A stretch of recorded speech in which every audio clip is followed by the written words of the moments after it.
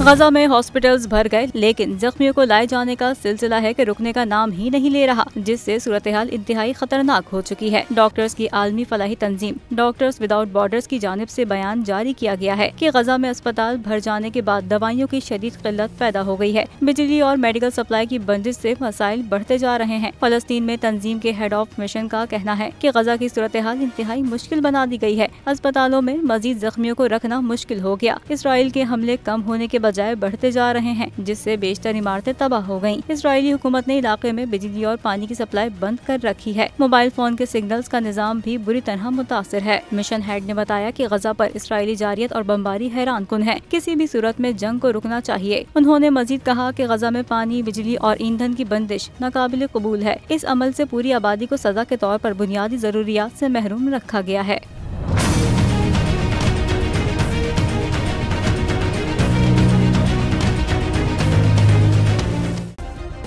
Subscribe करें और bell दबाएं ताकि कोई खबर रह न जाए।